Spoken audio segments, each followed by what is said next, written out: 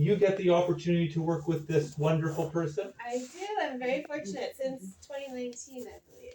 Wow. So quite a while. Okay.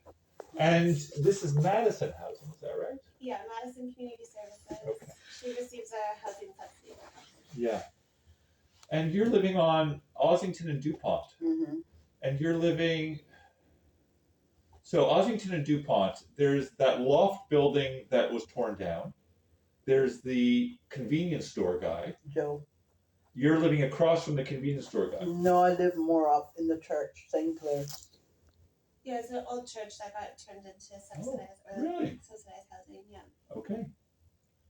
It's really nice. Is it? Are you near Davenport?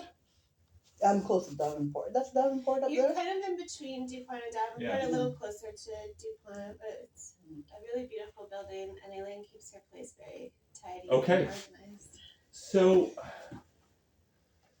it sounds like lately things have been more stressful. Mm-hmm. Ms. Sharp's son was apparently in jail. He's had some mental health issues, maybe substance use issues too that he's had. I'm not going to discuss it. Okay, fair enough. It sounds like Dr. Song and Joanna, with whom you had a very good relationship with, from all accounts, they were saying, things are stable enough that we want to give someone else a chance in our program because you're very stable. So they wanted to transition you to work with Dr. Rakshani, your family doctor. Mm-hmm. And through that, there's work with a transition worker who happens to go by the name PUJA. Mm-hmm. From November on, stress with your son, using cannabis, transition to the transition team at CAMH. I don't know, these are things that changed. But what seems to have happened is things have happened and you got brought into hospital against your will. Mm-hmm. I'm sorry about that. I'm sorry you got brought to hospital against your will. Mm-hmm. In hospital, you tell me that you think medication helps your thoughts be more organized and helps you be more calm. Is that right? You're, I think, a bit furious with what's happened with PUJA. And I think there's a certain sense of, I don't know if it's abandonment that you feel, because I think you had a good relationship with Joanna historically, but now I think you're furious with Joanna and It's Dr. not, Song. you can't use the word furious. Is that I'm disappointed? Disappointed. I know that you can get well enough, like things can be stable enough for you to get an absolute discharge on pills, right? Mm-hmm. Since you've been here, things seem to have been going okay. Mm-hmm. And you're pretty steadfast. And by steadfast, I mean you're pretty clear that you want nothing to do with Joanna, who I think is a fantastic clinician.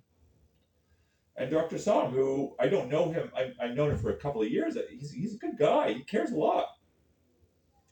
And so... But he didn't care enough when I complained. Well, one offer on... So, anyway, so at this point, you told me Lindsay was coming in today. Mm-hmm. You're saying that you just want to follow up with Dr. Rakshani, and you put in a call to Dr. Rakshani. Mm-hmm. You're saying that if that happens, you're going to take your medication. You're telling me, because I'm saying to you, there's no cannabis. Cannabis is out. Mm-hmm. If this plan is something I'm going to agree to at all, to even consider, cannabis needs to be out.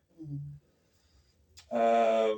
That you have Lindsay, a housing worker, involved in your life, Mm-hmm. right? And that if you feel additional burdens in the future, that your plan is not to take matters into your own hands, but to contact people who care about you, like Dr. But that's Rashan. what I've been doing. Okay. I didn't take matters in my hand. I told off PUJA Patel when no one was listening. Right. But everybody listened to PUJA Patel. Okay. All right. And I think PUJA Patel might have gotten a bit afraid. Afraid of what? I should be afraid of PUJA Patel. Okay. So currently, are you worried that the police are paying more attention to you these days? Well, the police is all of a sudden, when we did our criminal record search, there was no police, and then all of a sudden after the criminal record search, there's police coming around and in the building, Uh-huh. and I don't want them to be a part of my life. Are there police here Where? in the hospital? I don't know. You should tell me. No, there's no police involved in the Okay. hospital. But you know, if you're pushing to say I'd like to leave hospital, I don't want you to be going back to an environment where there's a bunch of police roaming around and you feel that they're relating. Police will relate to always you. be around. I know my rights, and I'm going to exercise my rights. I told you I'm a paralegal. I know the law, and when I'm being violated, and that's what I was doing before PUJA Patel, is pursuing my rights. And Fair that's enough. what I was doing. And people are more entitled to pursue your rights. My understanding, and look, I haven't known you for that long, Mhm. but my understanding from, for example, someone like Joanna, is that when Joanna would see you, she was always amazed by how lovely a person you are. Mhm. Not amazed, like so she's surprised, but she found you being such a lovely person. Mhm. And that's wonderful. I am just a bit worried that currently, while you can come across as lovely, I just don't know if this is what Joanna means, because you're also talking about other things that make it feel a bit like you're talking a lot about asserting your rights, which is fine. Is there Respect. something wrong with that? No, there's nothing wrong with that.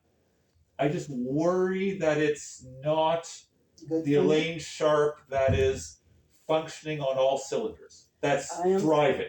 I am functioning. I am moving forward. My career was taken away from me.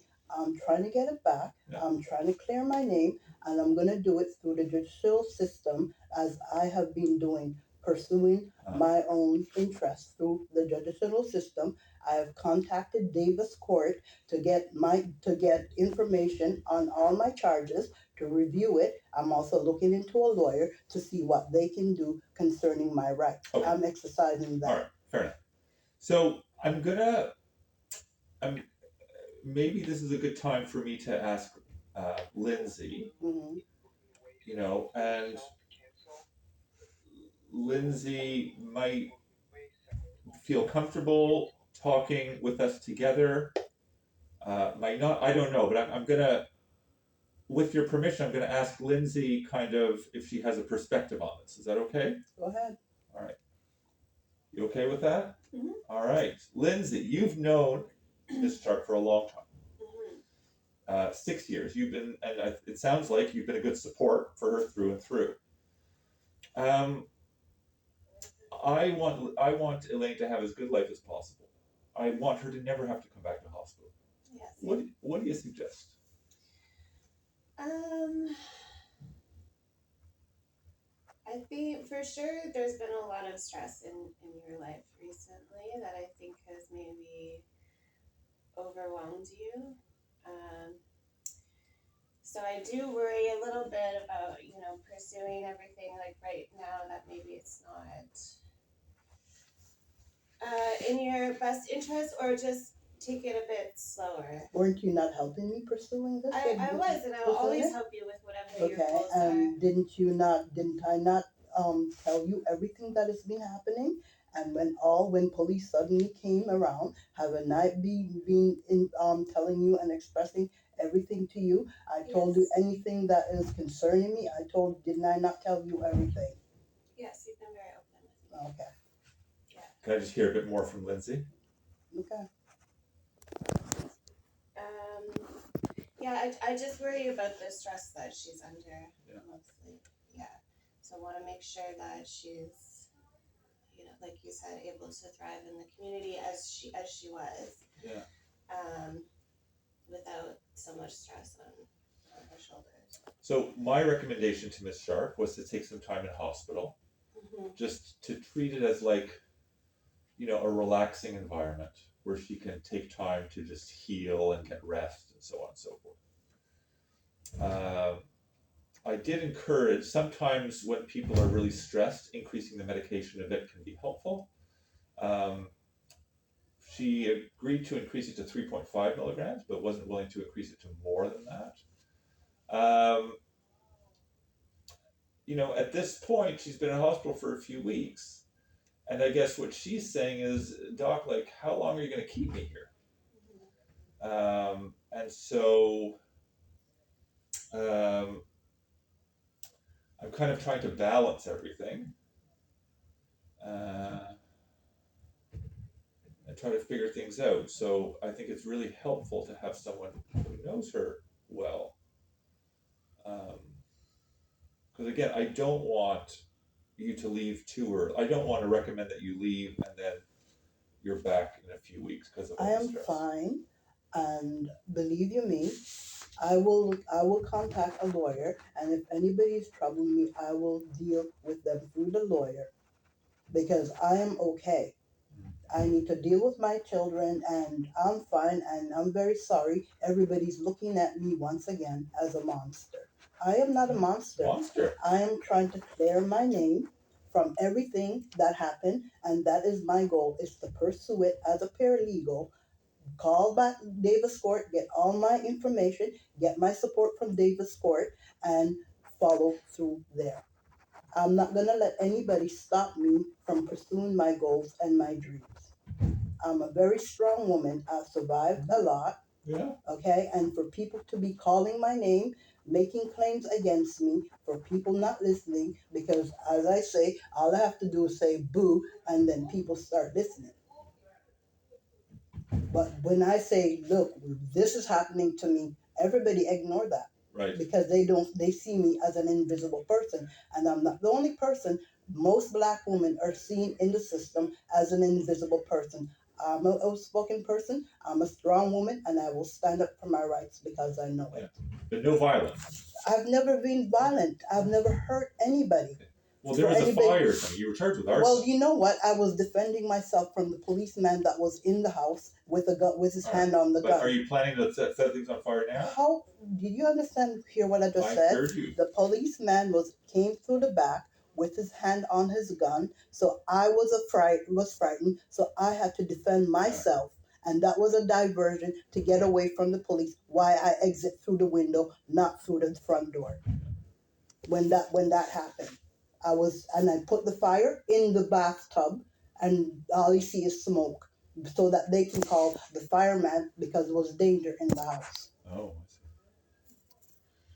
I see. So Ms. Sharp's wish at this point is, she's clearly, cogently saying, Doc, I'm going to be fine. I have Lindsay. I have Dr. Rakshani. I'm going to take my medications. I'm going to stay away from cannabis. If I have any problems, I'm going to go to them. And so, I certainly have no interest in people staying in hospital longer than they need to. I know you're a voluntary patient now, right? Mm-hmm. And so, my job is to figure out what will likely happen. What will likely happen if you leave hospital. And I guess at this point, my hope is that the stress is not going to get worse. My hope is that things, improve and we'll be okay.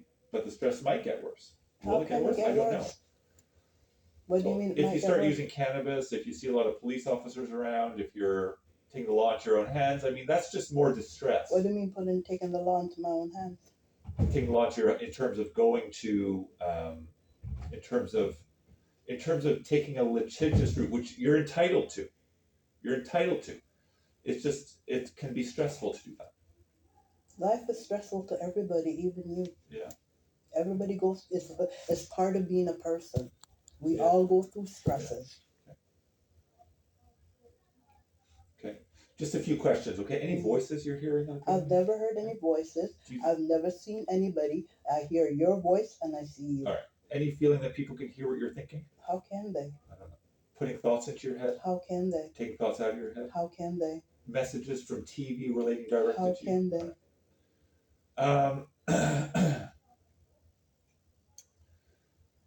So Lindsay, This is what I'm struggling with today. Mhm. You don't want me to leave hospital, do you? Do I want you or not want? I don't want to control you. I have no interest in controlling you. Do I think, in my professional opinion, that you spending a bit more time in hospital is in your best interest? Yes. That's in my professional opinion. I'm not imposing my opinion onto you, but it's my professional opinion. And I'm okay. Respect, right? Respect. But that's my professional opinion. And my professional opinion, I'm okay. Your personal opinion. Because I'm a professional also. I know, but you're not a professional from the perspective of your mental health. It's your personal opinion. Can I speak to Lindsay on her own, or do you want to be in the room while we I speak? want to be in the room. All right. So, she doesn't want anything to do with CAMH, really. She says that they really betrayed her trust. Mhm. You're willing to work with Humber? Yeah. So that's a real wait list, and Humber's far away from you. I take my son there. We're okay. Yeah. Mhm. So,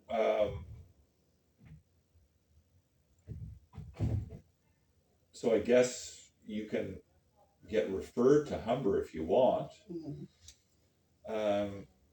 You can follow up with Dr. O'Shea. I mean, these are things that are floating through my mind. Mhm. Last week we had talked about possibility of like working with outpatient CAMH, but a different team. Remember?